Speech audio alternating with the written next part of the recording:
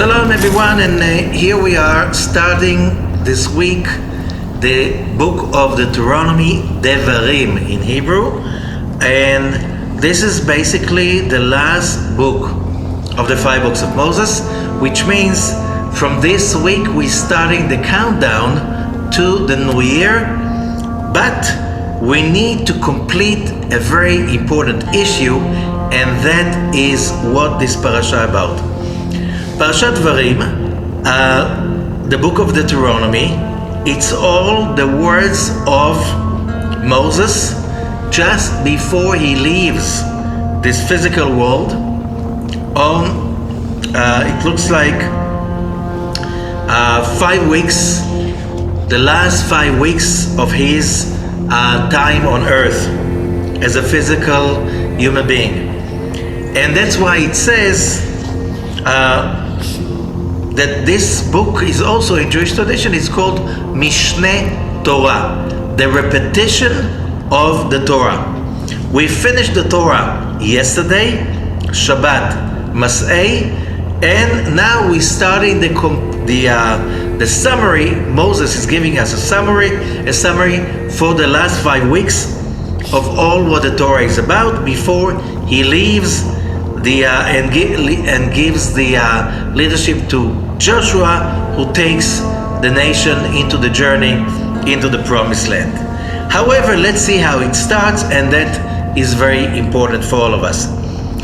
Remember, Parashat Devarim, this parasha, is always being read on the Shabbat before the 9th of Av. In this case, this year, the parasha is being read on this coming Shabbat, which is the date of the 9th of Av, and the fasting day and the morning of the 9th of Av is being delayed to Sunday, a week from now.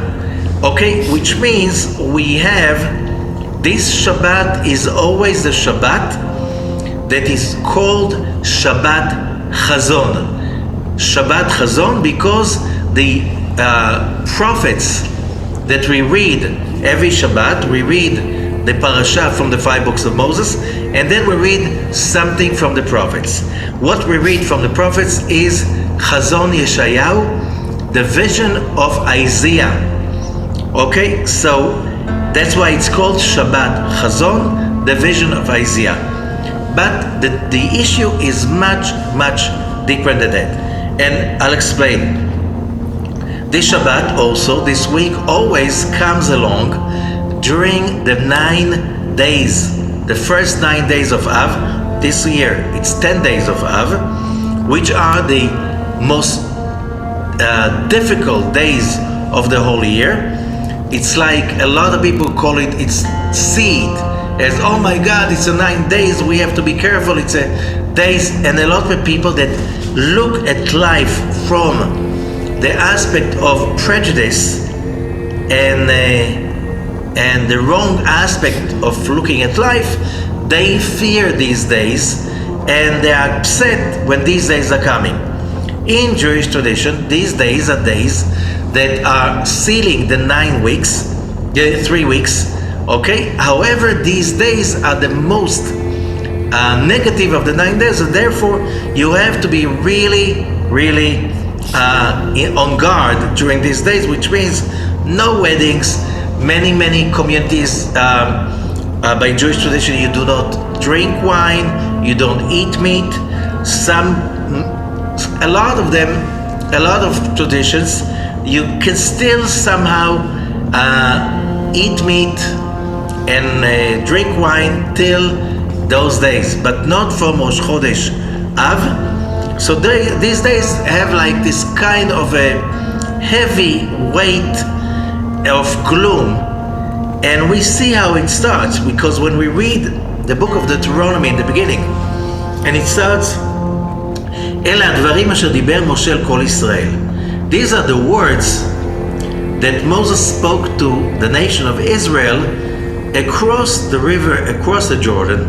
But then it says like this, read it carefully if you have if you can read the Hebrew or the translation, it says it was across the river Jordan, in the desert, Bamidbar, Ba'arava, in the prairie, Mosuf, in front of the Red Sea, Bein Paran uven Tofen, between the desert of Paran and Tofel, and Lavan, and Chatzerot, and Dizav, which is on the coast of the Red Sea, in the Sinai Peninsula.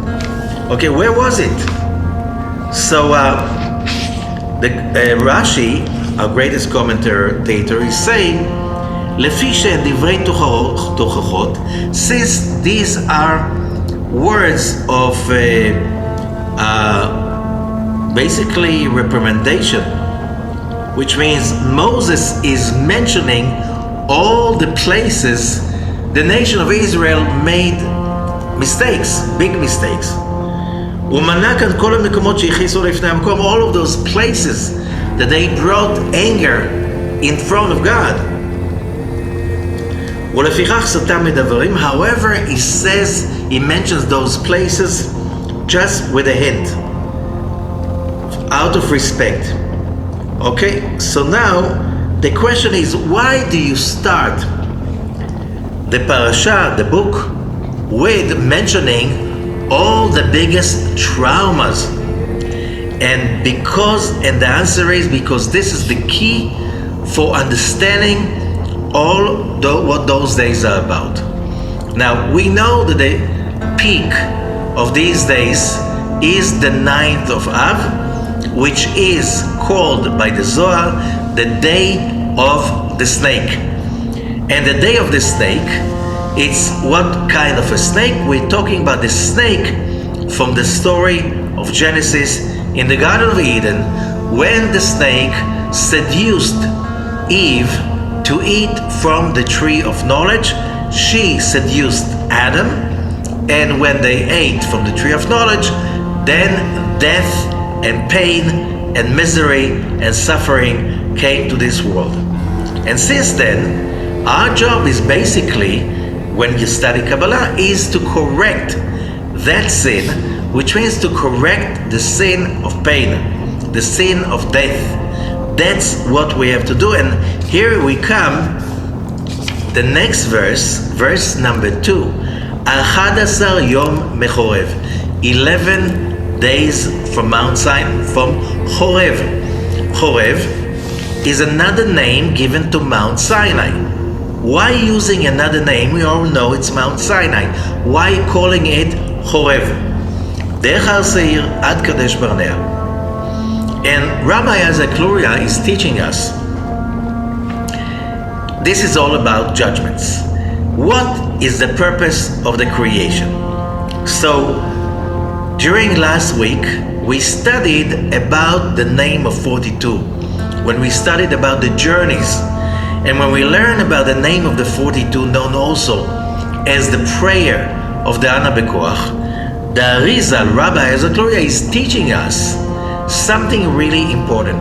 Moses is mentioning the nation of Israel, the number 11. If you go to last week's study that we learned, we study over there that Rabbi Isaac Luria is teaching us that the first permutation, the first combination of letters of the 7 combinations, the 7 sequences of the Ana Bekoach, the first of them is Aleph Bet Gimel Yud Tav Tzadik. What does that mean?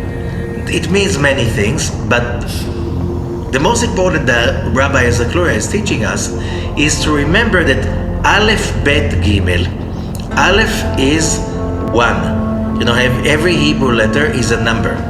Aleph is 1, Bet is 2, Gimel is 3, altogether 6. The Yud is mentioning the Malchut, Sfirat Malchut. So we have 6 plus 1, 6 plus 1. These are the 7 lower Sefirot. And then comes the word Tats. Tats, says Rabbi Isaac Luria, comes from the word Natats, broken, shattered. We are talking about the breaking of the vessels. In the beginning of all beginnings, the first instant, first stage of the creation, the universe has been created in a perfect state. The vessel with its full capacity, totally fulfilled with the endless light. Okay? It looks like a perfect state, but it is not. If, teaches the Arizal,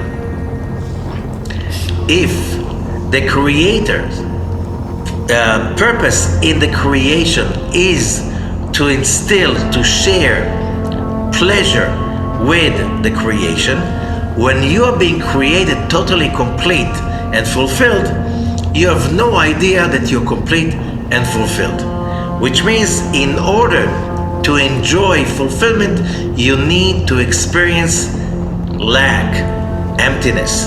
And therefore, the first stage could not last, because being fulfilled without knowing the taste of hunger, that's not really true fulfillment. Only when you lose something that is essential for you, only then you realize how important it is for you. Only then you really have a true desire to receive it. Only then you can really experience pleasure by receiving it after you didn't have it. In order for that experience to happen, the process of evolution of the universes had to start, and that started with the Tzimtzum, the great Tzimtzum that basically made the vessel shut down the light, so the vessel had to want it back. And when the light is coming back, it's coming back through a long process of evolution that is in the ancient Kabbalistic teachings. Now, one of the most important stages we learned last week is when the vessels are coming down and down and down and becoming more physical and more limited, and then comes a stage in which the vessels cannot contain the light and the pleasure anymore, and therefore when they collapse. And this is the teachings from last week's study about the 7 kings of Edom, red, which means we're talking about the 7 forces of the Sephirot, of the vessels that could not contain the light, and therefore they broke down, they were shattered. Aleph, Bet, Gimel, Yud, 7 vessels. Tats, they were shattered. Our job, reminds us Moses, as the Arizal is teaching us, is to correct those broken vessels. Are we talking just about 7 vessels? No. In addition to the 7 broken vessels comes the second line, Kuf Reish Ayin Sin Tet Nun.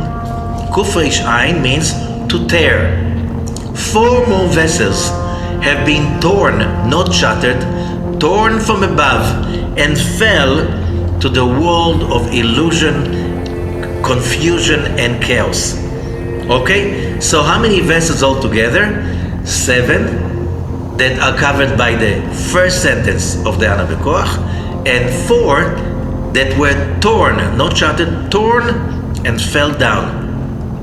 4 plus 7, these are 11. So these 11, why 11? 7 plus 4. We are basically covering all in a general way, says Rabbi Azakluria, of our job walking on this earth, which is to fix the broken and shattered and fallen down vessels.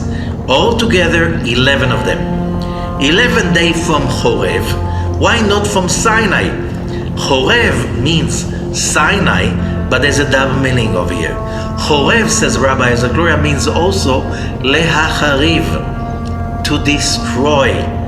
Those perfect vessels The Creator created them in a perfect state.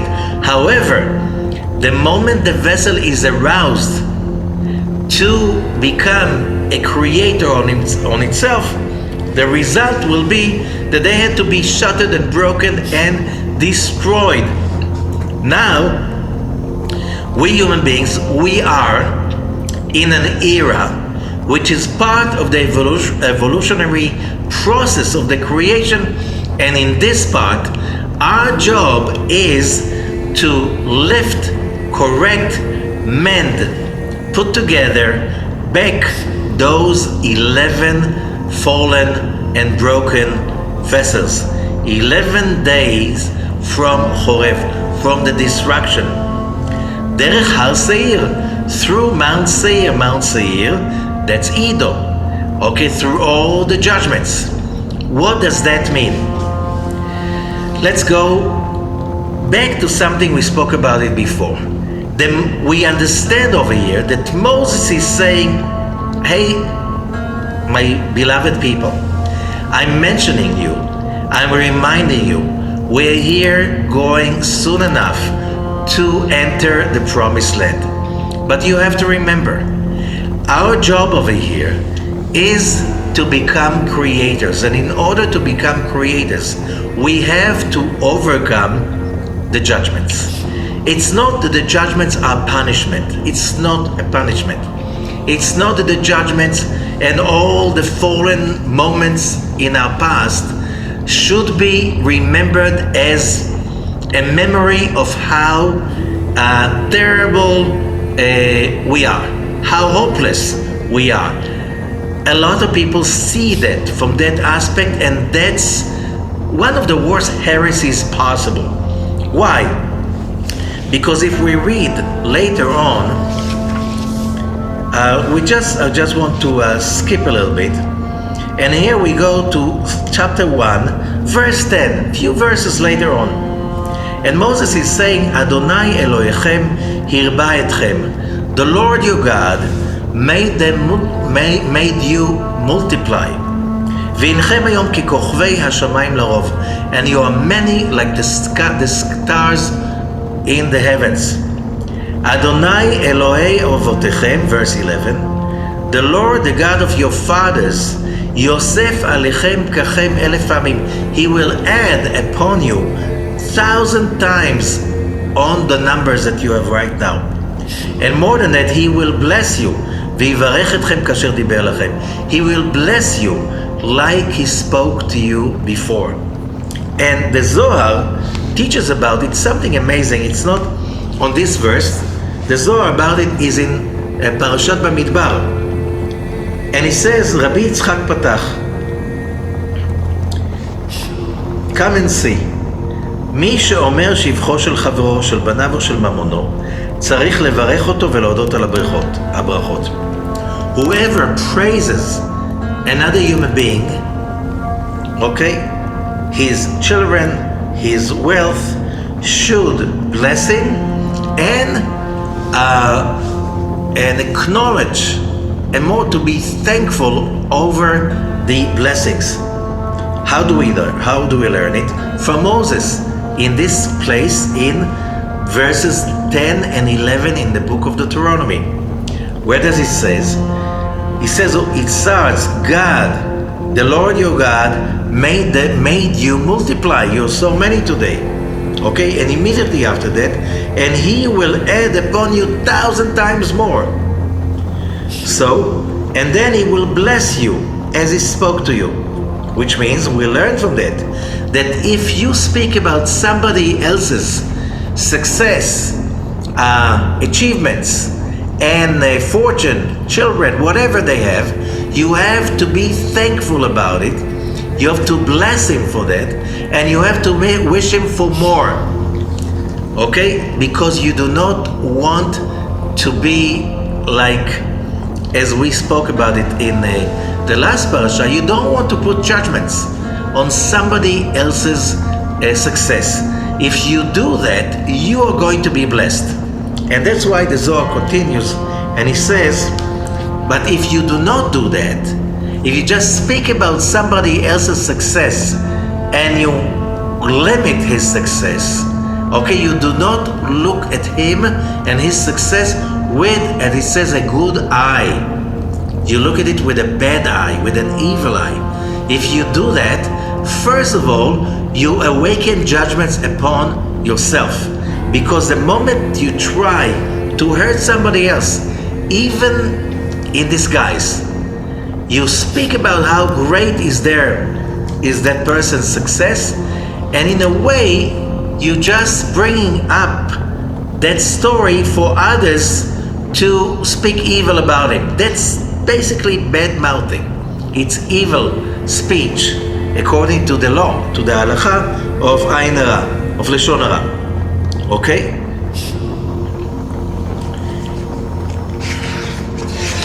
And the Zohar continues. I'll just go back while I'm talking about it. The Zohar continues.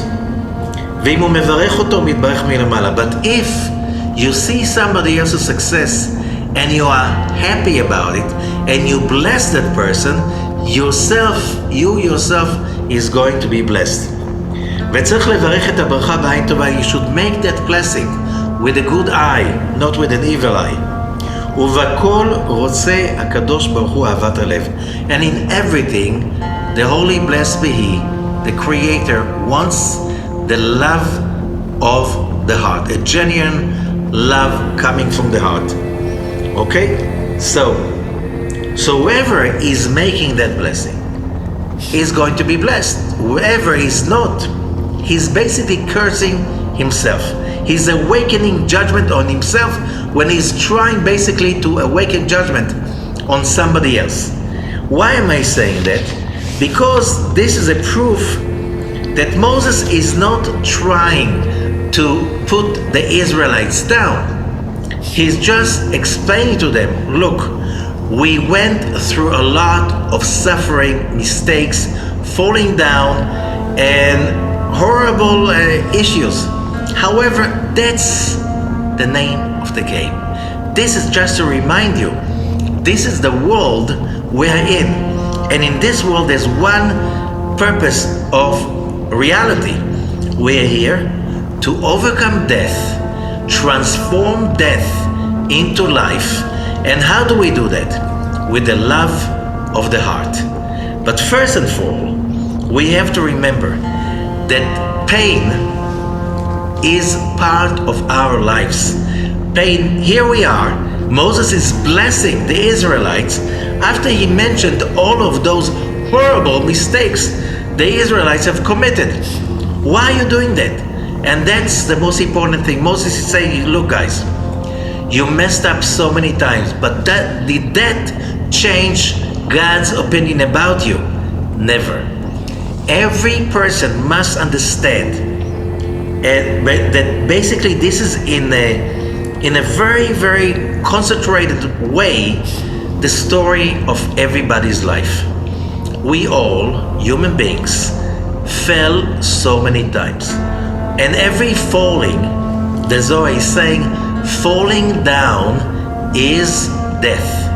When you fall from your level, which means you had an amazing day, good business deals, good meetings, successful creativity, sales, study, whatever, everything went great.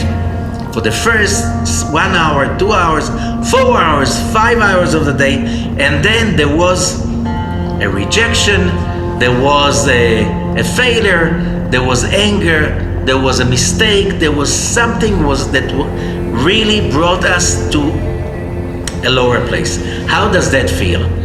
The Zohar says, it's a little death, tasting the taste of death.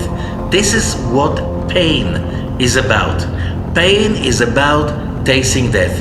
Why? Because when somebody is under the management, the power, the force of death, is overwhelmed by pain,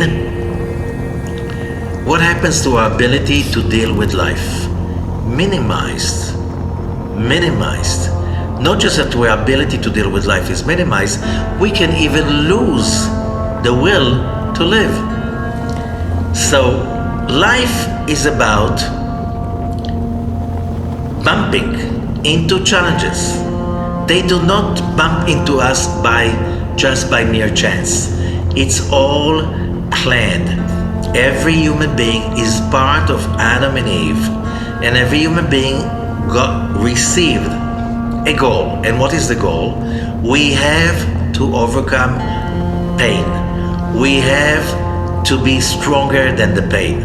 We have to overcome pain, and by this we win the war against death. By this we lift, we correct the holy sparks that broken down in the process of the creation.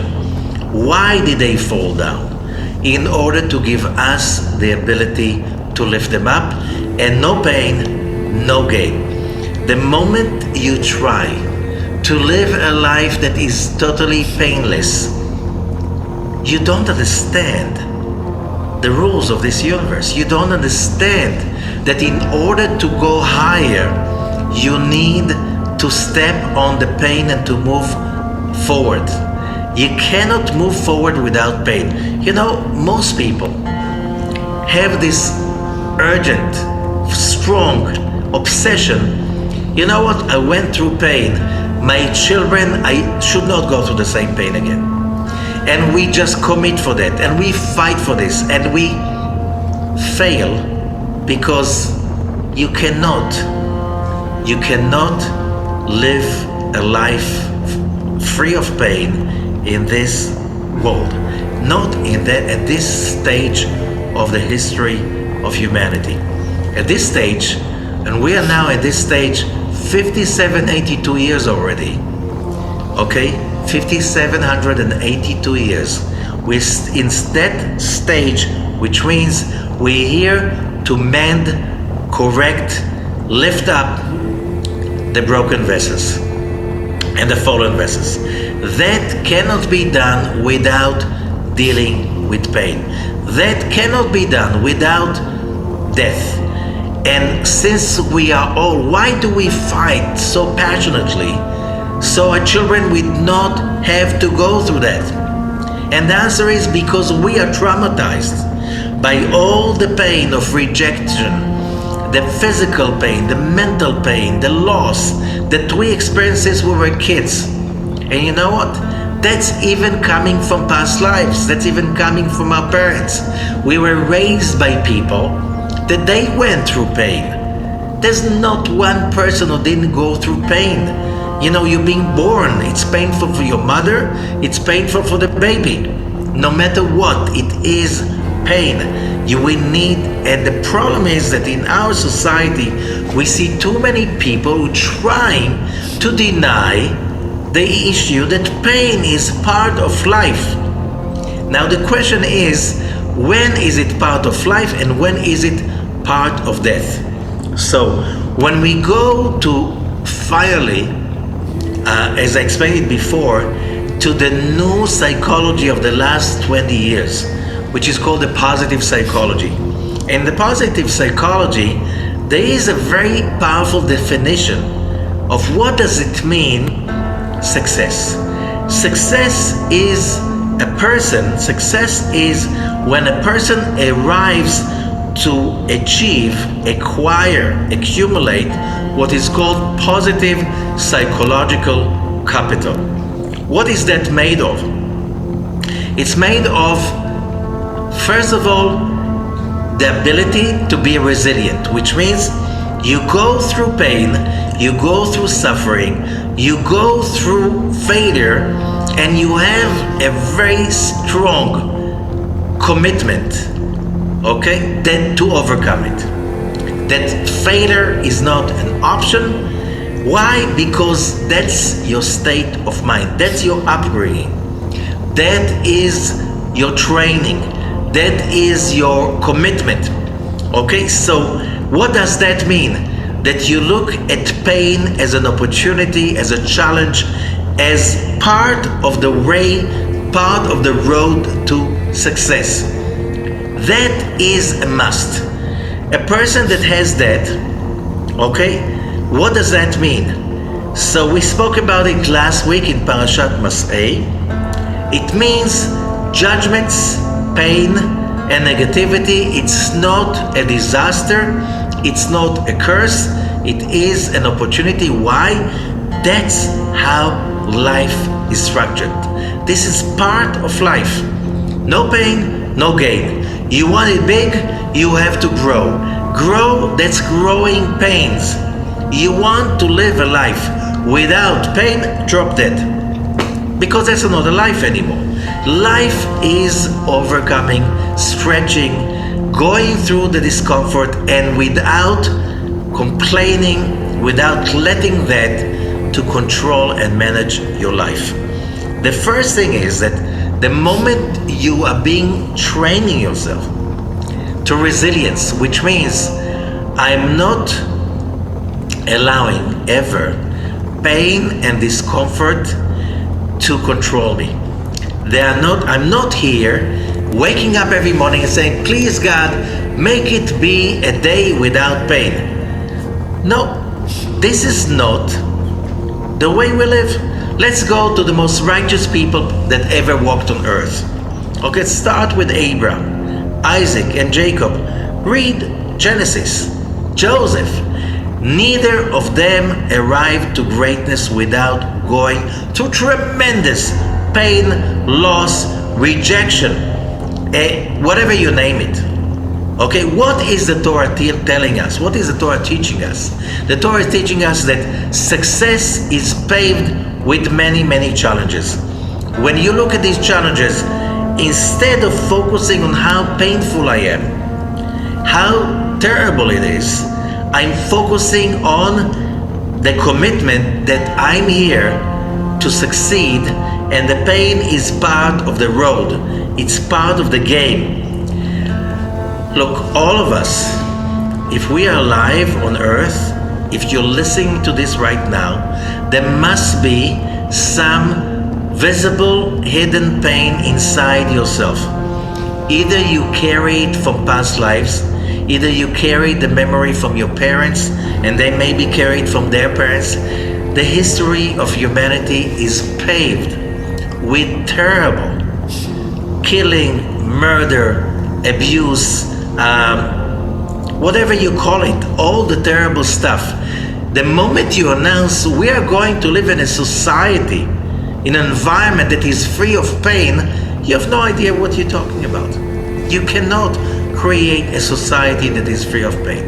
However, you can create a society that can tolerate pain, a society that can deal with pain, a society that is committed to turning pain into gain, a society that is not afraid to feel pain.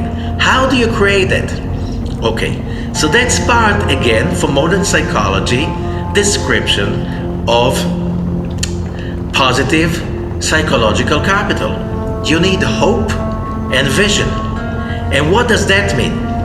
It's like the completion of the first part. The first part is, don't even expect your life to be free of pain, free of failure, because look, successful people are people that took risks, either in business.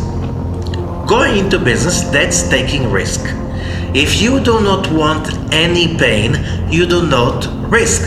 So you never open a business. So you go and you study, okay? And you get few degrees so you can get a job, a steady job. Getting a steady job is painless? No. How many rejections do you need to go through when you apply to a job? Okay, it's going to be a great job because you worked so hard. By the way, and that's not a risk.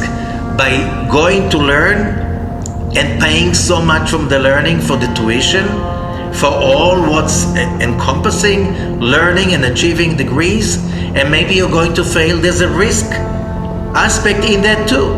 Everybody who's learning in the best universities comes out with a great marks and with a degree. No, not everybody's doing that.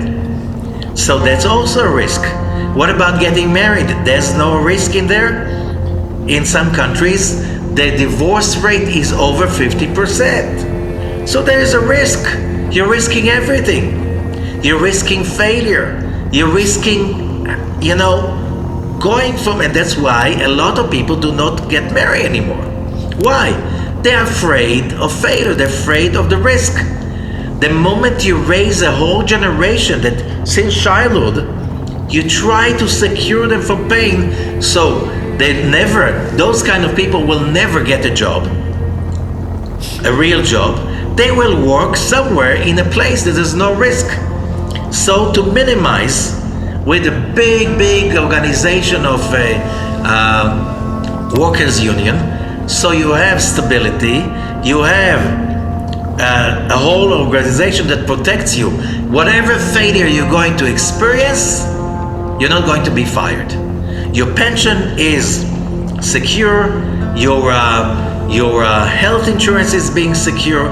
Yet people want to go over there, and what do you create in a job that is risk-free like this?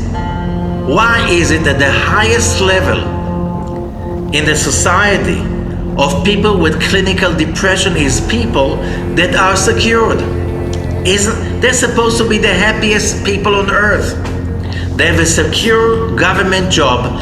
Nobody can fire them. They can stay in that job till their pension, till they retire. Why is it that the highest rate of depression, clinical depression, is among these kind of people?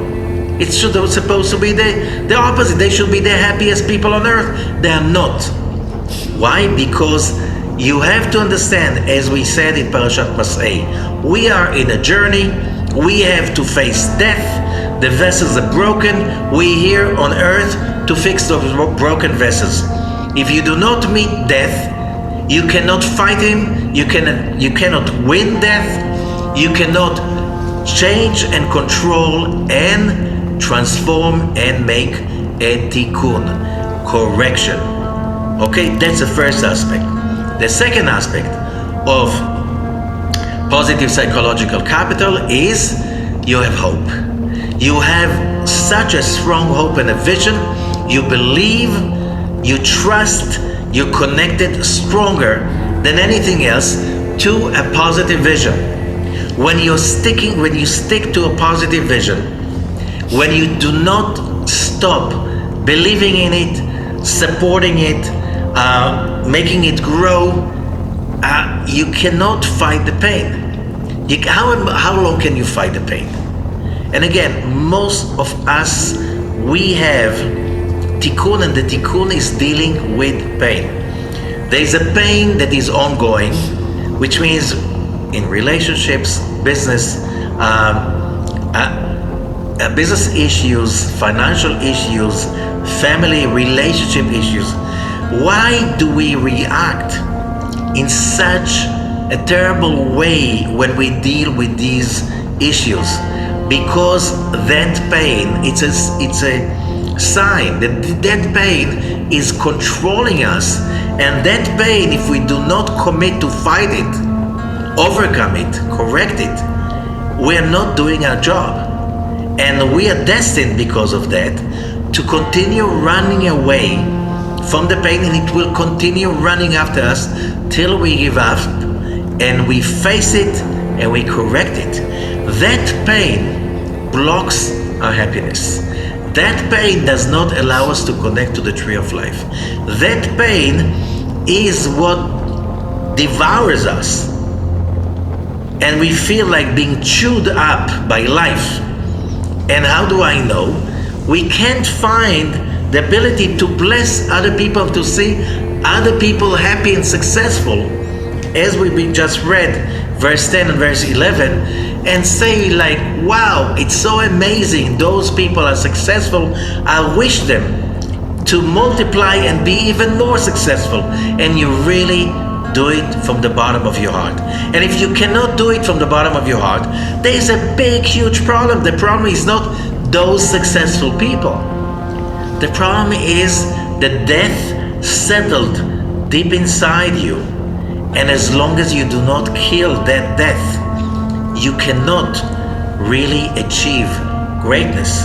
And that is why these special days culminating in the ninth of Av, which is the day of the snake, the day of that power, that if you do not fight daily to release yourself from it, you are his captive. You are his slave. And slaves cannot really achieve true happiness, true and lasting happiness. The result will be addictions. The result will be terrible nature. The result will be that if we just define the real successful person as a person with a positive psychological capital, that you're committed to fight the failures and the pains, whatever. The more committed you are, you're going to find more of them hidden deep inside you. Some of them will resurface. Some of them you will need to meditate upon them, go to counseling and so on, till you find those hidden failures and pain inside, and then you have to let them go. You have to transform them. You have to see them as blessings in disguise. Otherwise, they are going to chase us and basically rob us from happiness, success, or whatever that is good. Okay? So therefore, if we have that fear and that pain, how do we know? When we're afraid to go into ventures, business, relationships, love, all of that is because it's just a symptom. That deep inside there's that pain that is controlling me and I'm not correcting it. And the correction is part of the general aspect of humanity, the tikkun of humanity. So the more positive psychological capital we achieve, we are better in being able to take risks, achieve real true greatness, real true godliness, real true contentment, lasting peace and lasting happiness. The more I can do it, which means when I come to that place, make my day, show me another death that I want to kill. The moment I do that, the moment I reach that place, I am a rich person. It doesn't matter how much money I have, but I'm a rich person because I'll enjoy whatever assets that I have. I'll enjoy whatever relationships that I have. I'll have better relationships because I won't be threatened all the time by rejection. So if somebody rejected me, that's not the end of the world. It's not death. It's just realizing that person has a bad day. Okay, I still love them. I'm not into trauma. I am simply rising up to the occasion. I realize that it arouses pain in me, but that's my pain, that's not their pain. If it is arousing and I go into a holy war against their inner pain in order to elevate it, that is the asset. After years of fighting, not days, not months, years of fighting, we will find ourselves much richer. How do I know? That people that are close to us, they don't push our buttons that often. We do not get upset. We realize when somebody is in front of us is trying to get us out of balance, and we just try to help them instead of being upset and full of blame and victimization.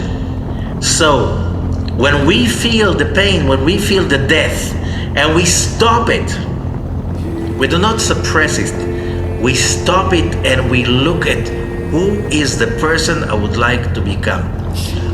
How do I want to insert life, happiness, and excitement instead of that death that I've just seen? That's called stop the reaction. Stop. Do not let it control you. Do not settle on it. Do not park in a stop sign. Choose the light in front of you. See the vision of do you want to be, and go there And what if you couldn't go there? Try again, and try again, and make more effort, and try again, and another day, and another day. And you know what? You're going to make it finally. That's what success is made of. And therefore, last week we had the parashot dealing with judgments. This week, we have the parasha of Chazon dealing with vision. How do we keep vision in the worst place that we can fall into? And that worst place is the 9th of Av. The 9th of Av, this is the day of the snake, as we said before. And we just see that when Moses is giving us the blessings, verse 10 and verse 11, verse 12 is Eicha Esa Levadi Tochachem Masachem Verivchem. The word Eicha means, okay, how could I? But that's, if you know Hebrew, Eicha is also the name of the book of Lamentations. Eicha is also the same letters when God is looking for Adam after the sin. He calls him Ayeka, where are you?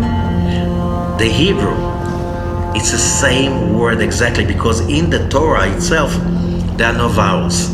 The word Ayeka, where are you, is the same, is written exactly the same as the word Eicha, which means if you're not aware, where are you? If you're not looking inside and going after the death inside you, you'll have to go through the Lamentations. And to go to the Lamentations is not to carry the lamentation with you wherever you go. The victimization, oh, they killed us, oh, they destroyed us, oh, they abused us, oh, they discriminated us. You know, a lot of Jews think like this. Not too many. How do we know? Because wherever you see along Jewish history, we could see on one hand sufferings in, just the decree on the 9th of Av that all the people above 20 will die in the desert for the next 40 years. You just go around with that death warrant on top of you for 40 years. That is traumatic enough.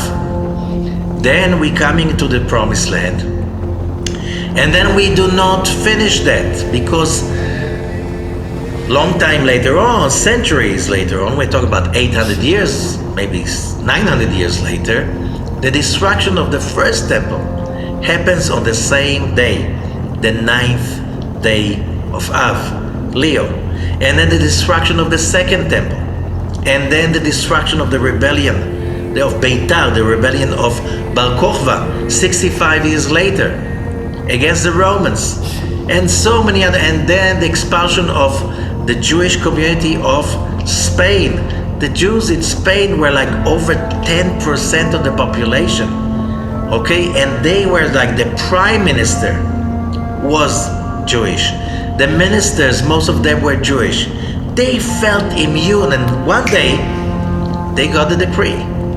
By a few months from now, that was in May, I think, May 1492, on July 30th, I think it was that year, that was the 9th of Av, any Jew that stays on the Spanish soil either converts into Christianity or will be executed.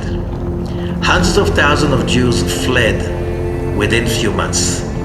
Okay, and that was the end for the glorious, biggest, most glorious community of Jews during the Middle Ages.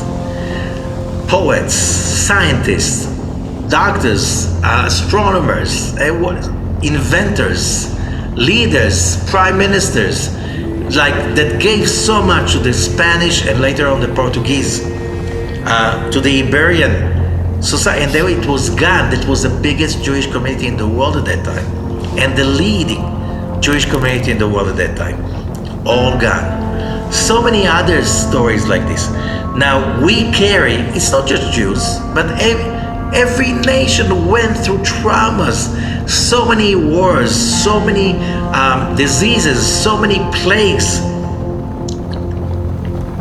If we do not learn to look at the pain and say, oh, that's another one, let's overcome, let's step on it and create something bigger. Okay? If I'm going to be afraid from the next one, I'm not alive. Why? Because we're here, no pain, no gain. We're here to earn godliness, to earn the endless.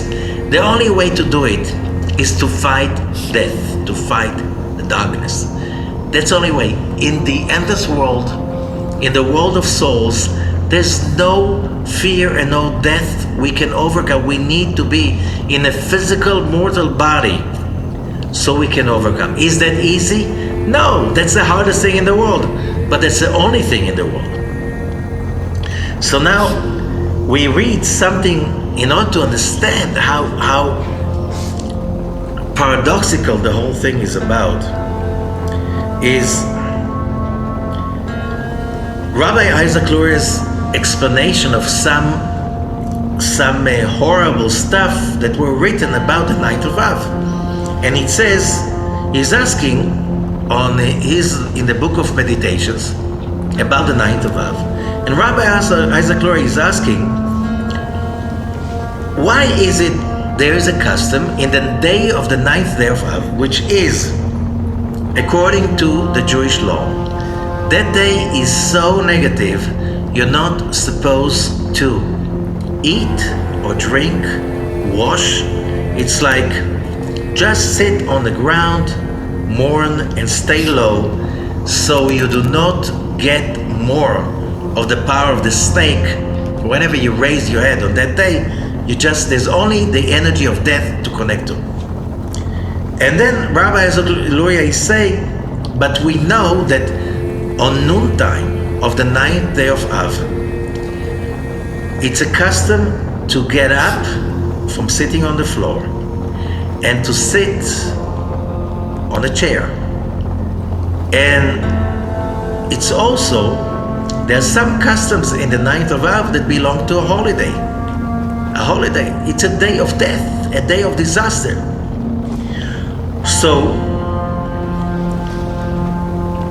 and it says also in the Talmud about, that's in Midrash Rabbi Echa.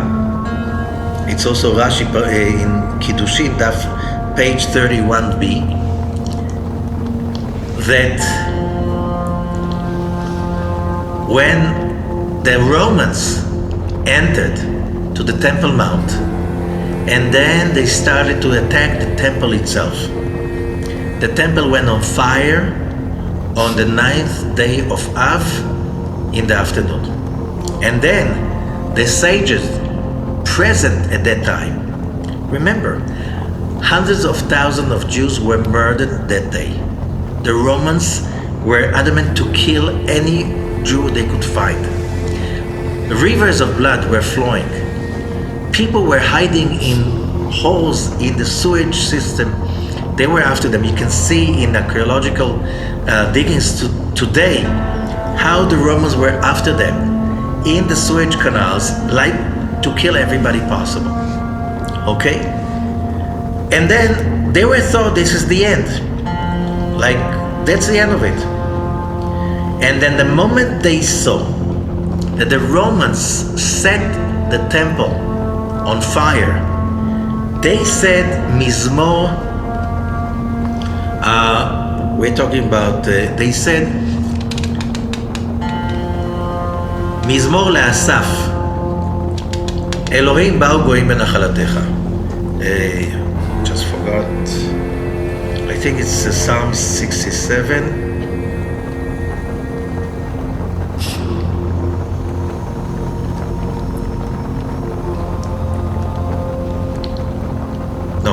It's Psalms 79.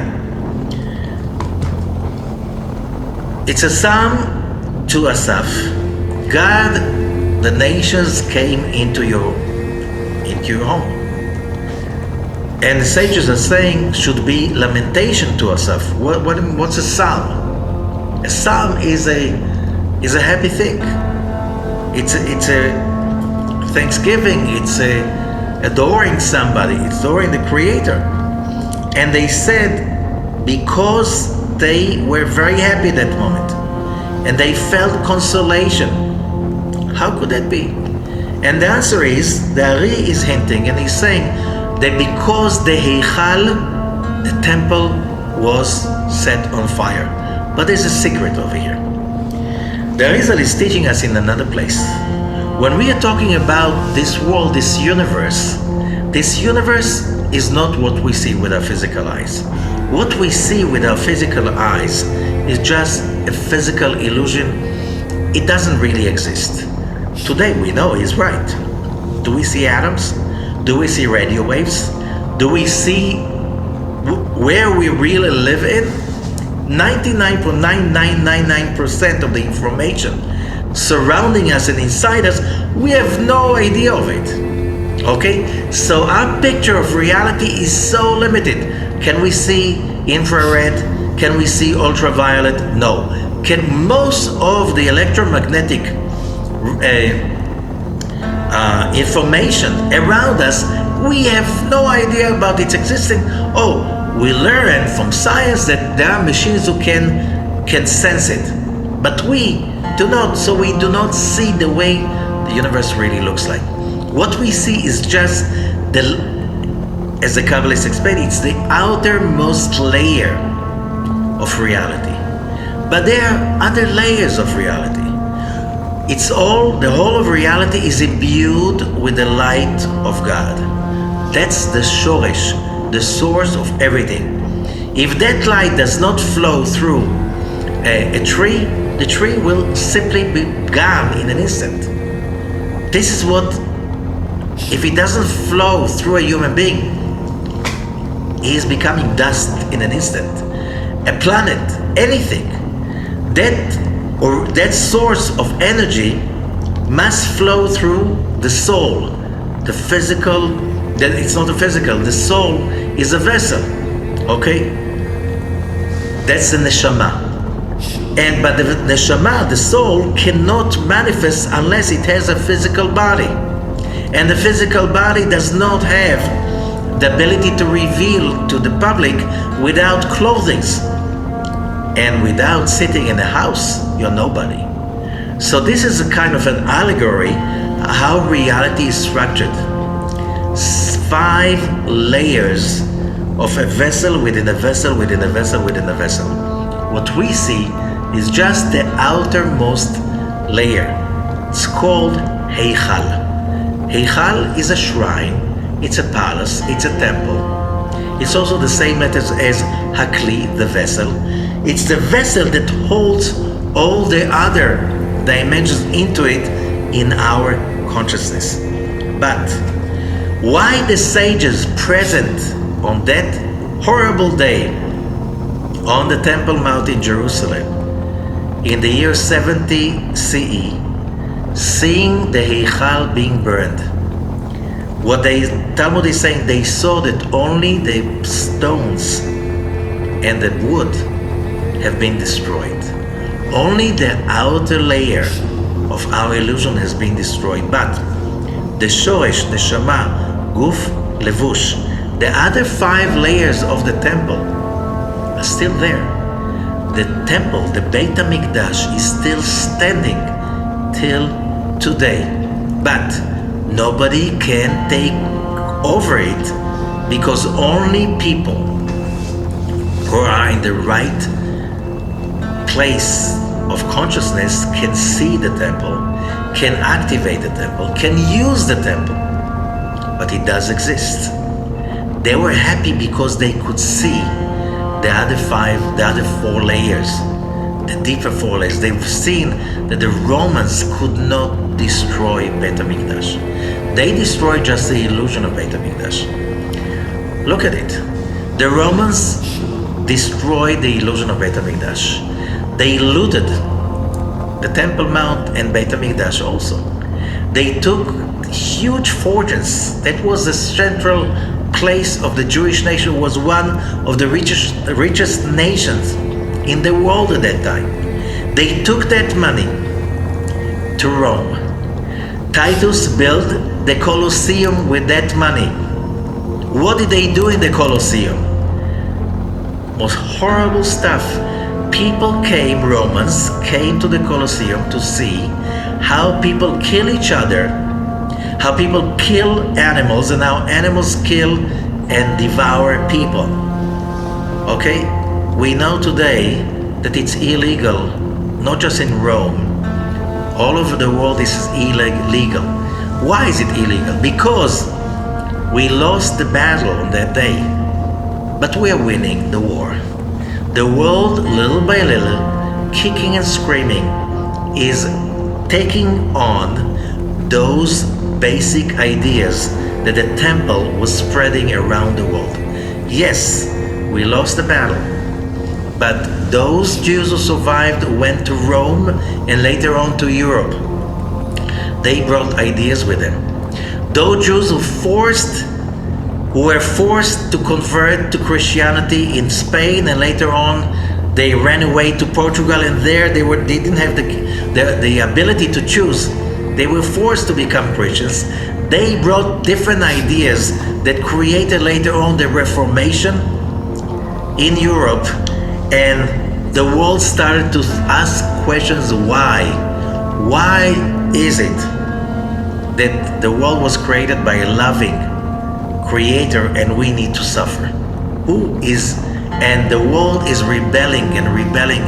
Every victory looks like a victory, and it's another stage, victory of the dark side, but if you look later on, that was a victory of the light. That is so important for us to remember, that they were happy because they saw what really happened. We didn't lose, we won.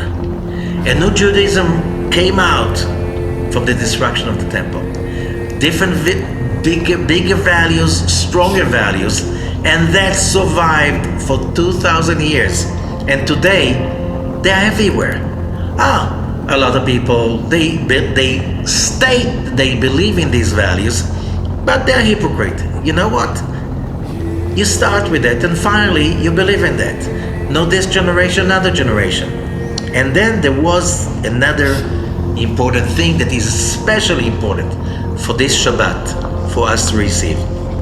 And I'm reading now from the Ohev Israel, the Rebbe, and he says, this Shabbat is called Shabbat Chazon, Shabbat of the vision. Especially this year, when the 9th of Av is on Shabbat. אשר שבת חזון הוא יותר גדול במעלה מכל שבתות השנה. This Shabbat is on a higher value than all the Shabbatot of the year. More than that, it's on a higher value than any holiday of the year. How come? And the answer is like this. שלא היה יום מועד לישראל כיום שנחרב בית המקדש. That he says in the Midrash that I just quoted you from, that it's the biggest holiday that the nation of Israel ever experienced, the day of the 9th of Av. How could it be? Just go back to what we learned last week. Whoever didn't listen to it, go back and listen to Parashat Mas'ei. Judgments are not bad. Judgments are the essence of a vessel. Why? Judgments, this is delay, okay? Delay is wrong when you're running to work and you're in a traffic jam. That's a delay, that's judgments. So you get upset, okay, and you get nervous, and when you come to work, you already not yourself, okay? That's not good, that's not easy. But if you overcome it, and you learn sitting in the traffic that it's not going to help me to let the judgment take over. Basically, when I learn patience and resilience, I use the judgments to enlarge my vessel to contain the light. If we say that during the 9 days the judgments are the strongest of the whole year, yes, it can create the biggest calamities if you go on without resilience and you go on with a victim consciousness, or you will suffer. Why? Because the judgments will simply destroy you. But on the other hand, if we are talking about the ninth day of Av, when Moses is sending the spies to tour the country, and they come after 40 days, he tells them, come after 40 days. He aimed that they will come on the ninth day of Av. If they spoke evil, and the whole nation would not listen to them, fake news. We trust God, we love God, we know He loves us even more. He promised our ancestors, He promised us the promised land, and we'll go there because we can do it. If we did it then, the ninth of Av will be the day of the Messiah, the day that Moses and the nation of Israel went into the promised land, built a temple, and brought a message for the rest of the world. In order for that huge light of Messiah to be contained, you need judgments. Because what's delay? When somebody is being blessed and he's making tons of money, and he doesn't know how to delay the flow and to let it stay in his possession. If he doesn't have enough judgments to delay it, he's not rich. You make easy comes, easy goes. But if judgment is also the ability to create containment. The ninth of Av is a day of full judgments because it's the day of the Messiah.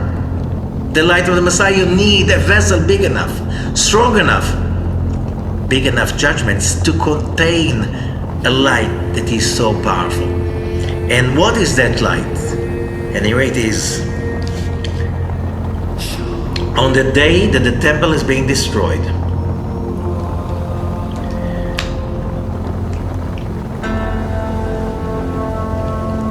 Ohev Israel is mentioning there is this book which is called Mishneh LaMelech, the Viceroy of the King, with his book Parashat Drachim.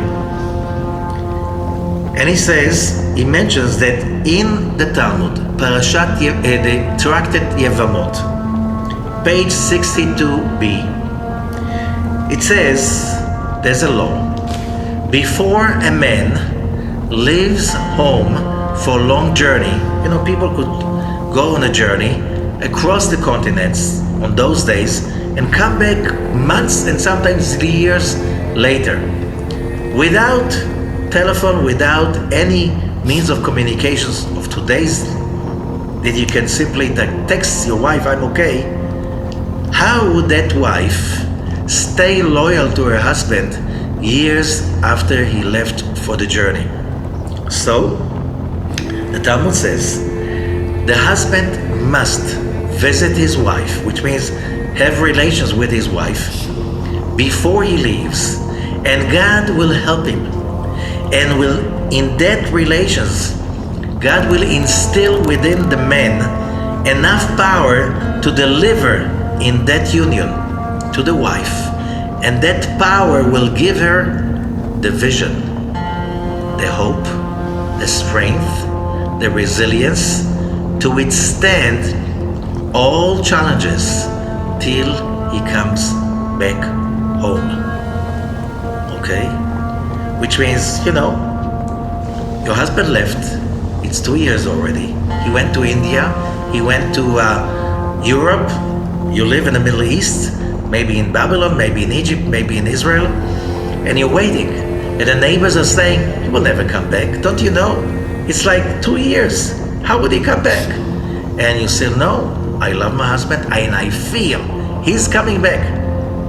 Okay? Where did she get the power? The Zohar says God will help her and instill in her husband that power that he will instill within her in that union before he leaves to the journey. It says Chayav Adam, he must. He must commit to that. And what does it mean? V'hamaskil yavid. And whoever is wise will understand what does it mean. Here we are. The story of, if you read the Zohar, the destruction of the temple is described many places in the Zohar as like the husband going away from his wife for a long journey. Okay? And that was Shabbat. The destruction of the temple was like this year. It was on Shabbat. And therefore, because it says so in the law, if the journey starts on that day, and Shabbat is the day for a union between the husband and the wife, the Creator mated with the Shekhinah on that day to instill within the Jewish nation enough vision, enough power, enough resilience, enough hope to be able to withstand 2,000 years of persecutions, death, horrible torture, and so on, and still not losing the vision. Every year, on the 9th of Av, we can reconnect to that. We need strong judgments to be the vessel for energy that is so powerful. Why is this so powerful? We know that on Rosh Hashanah and Yom Kippur, we get life for another year. Here, on that Tisha B'Av of the year 70, we received life for 2,000 years. The proof that it worked, that the impossible happened. The Jewish people was persecuted, was crushed so many times in so many countries and places around the world. And the fact that 2,000 years later almost, we are back home. We're back home, we're back to Jerusalem, we're back to Jaffa, we're back to Hebron, we're back to Haifa, we're back to all of those places we were driven out from for 1,000 years, and then we started to infiltrate back for another 1,000 years. We didn't give up. The killings, the murders, the discrimination, the colonization of different foreign cultures and civilization, either European or Asian, we basically came back. We did not give up. What's the anthem of Israel? Hatikva, hope. When did we get that power? On that 9th of Av. Every year, and especially when the 9th of Av is Shabbat, this is the day that we can re-instill in ourselves the hope, the resilience to be really owners of the biggest capital in the world. Hope, hopefulness, vision, trust that whatever pain we can go through, we can overcome, we can transform it into a vessel for a big victory and achievement for all of humanity. That is why this coming Shabbat is more powerful than all the holidays, because here we can get the assets, the capital, to win no matter what. No matter how dark our life could be. Holocaust, the Crusades, the expulsion from Spain, the Khmelnytsky destruction that in the 17th century, that hundreds of thousands of Jews were massacred in the most horrible way in Ukraine and Poland. And that was just few of them. It didn't stop forever. We're still here, thanks to that magical 9th of Av, that we got the power to be rich no matter what, which means never give up. Never give up being happy, never give up being successful, never giving up that the world is only becoming better. That is the goal of every human being, and that's our gift to the whole world. Thank you, and have a great, great week and Shabbat.